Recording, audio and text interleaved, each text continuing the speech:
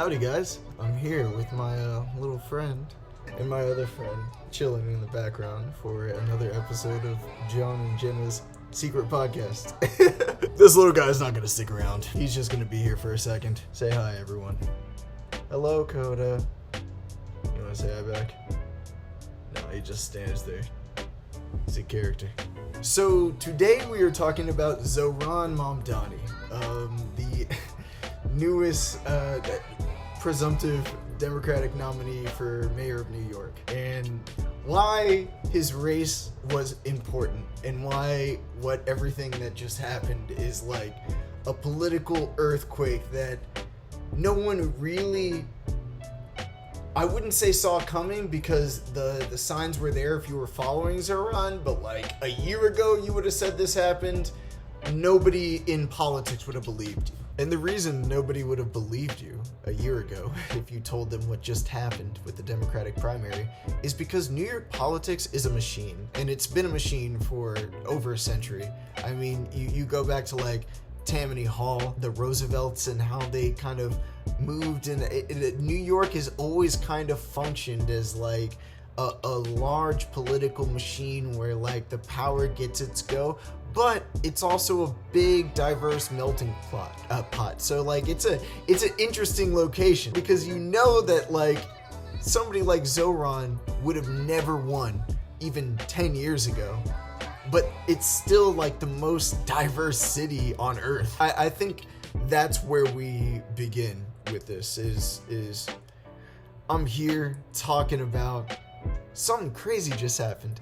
We're witnessing kind of history before our eyes. You know, we're looking at something that at least has little precedent. It's interesting to dissect. First and foremost, we have to look at what Zohran ran for.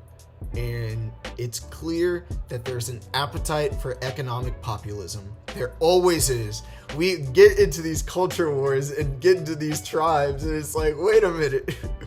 We're living and working, like, isn't that the most important thing? Like the amount of money we make and our working conditions. You know, that's like my point of view is I feel like economic populism can always work. It's very functional because everybody lives and works and needs basic foundations like housing and to be able to get an education so you know what is going on around you. And it's funny, the funny part here, especially speaking about Zohran, is like he calls that democratic socialism. And a lot of people throughout history have. Albert Einstein, MLK, they all use those terms to describe themselves, democratic socialists. But is it not just like basic needs are met? That's literally the basis of what Zohran's saying. He's saying there should be nobody that lives without dignity when we have this amount of wealth. That's all he's saying.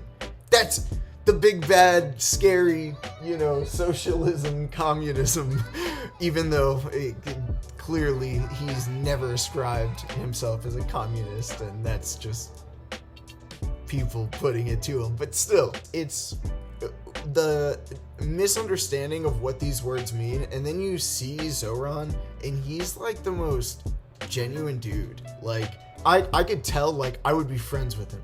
He literally just wants the city to be better. He wants the world to be better. And he dissects things. He's very smart, and he's funny. Yeah, I would love hanging out with him. He would be a fun hang.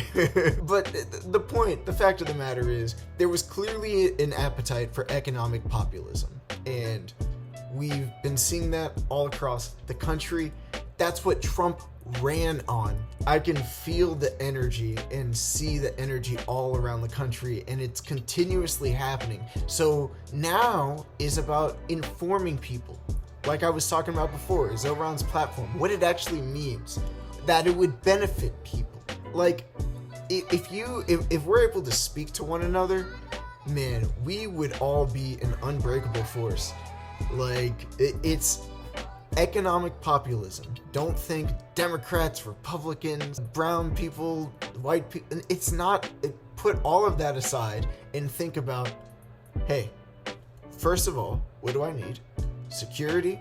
I need to be able to have a job and work and make money and have a house and feed my family. Like, that's all everybody's thinking about. It's economic populism, and the corporations are making it incrementally but also exponentially more difficult to do that, because they're really crushing the economy and putting the burden on the American consumer. Like, they're buying politics, dog. Like, and it's getting worse. And Trump ran, like, saying, like, oh, like, I'm gonna fix that. And now he's doing other stuff. But I don't want to talk about Trump. That's not a fun topic, because I don't like to divide people. And Trump is a very divisive figure. But really, what we need to focus on is what Zohran focused on. The cost of living, affordability.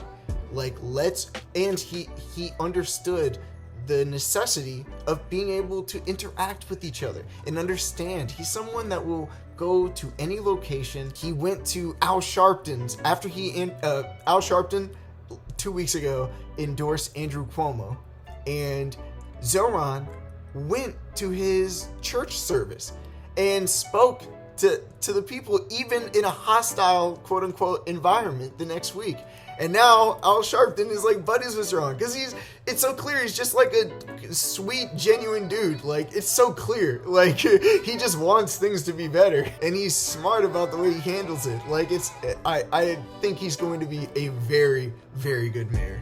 Like, one that will kind of shift our perception of politics, of what it could be. It's like, what we need is the bare minimum. Let's look at the real issues. It's become such political theater. You know, it's not real. Our neighbors are not our enemies. There's bigger problems at hand. Our political system is being purchased increasingly. And there are cool people like Zohran that are smart and run for office, and cool moments like that. And that's kind of why I made this video, I suppose. Just kind of giving appreciation to what just happened. That was a cool thing that happened, and I'm happy it did. I'm happy Zohran won and beat Andrew Cuomo. I hadn't spoken about Andrew Cuomo, but obviously there's a lot of corruption with him. He resigned in disgrace. He was he was a very powerful figure in New York, and the entire establishment came for him, which says something after his, I believe, 13 sexual misconduct, allegations. It doesn't look pretty. It's not something I would want to be tied to,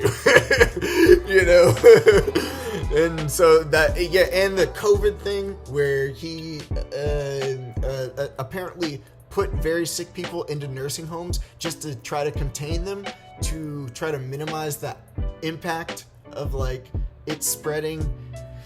He just did some shady things. He doesn't seem like a particularly good guy either. So, I'm not trying to, like, bash Andrew Cuomo here. I mean, hey, good uppance. I wish you good health, sir. But I'm so glad Zohran won. It's clear that he's a breath of fresh air for the reasons that I previously established, and I think if he is able to stay straight in his messaging and in his goals of what he wants to accomplish in City Hall, I think they're going to see a pretty strong change in New York, especially with his language, because he cuts through the BS and just articulates, this is what's happening. This dude's corrupt. That's why he's not doing the thing that he needs to be doing. Like, he's very matter of fact and straightforward, and to have a voice on the quote unquote left, like, as if these words mean anything anymore. Like, it's good because he can articulate what is actually happening while having executive power. So it's cool to see. I'm glad something good happened, and I guess that's it. I just wanted to give my thoughts on the matter. Coda's over here somewhere. He usually wants to say goodbye, but I guess it'll just be me. Goodbye. Till next time.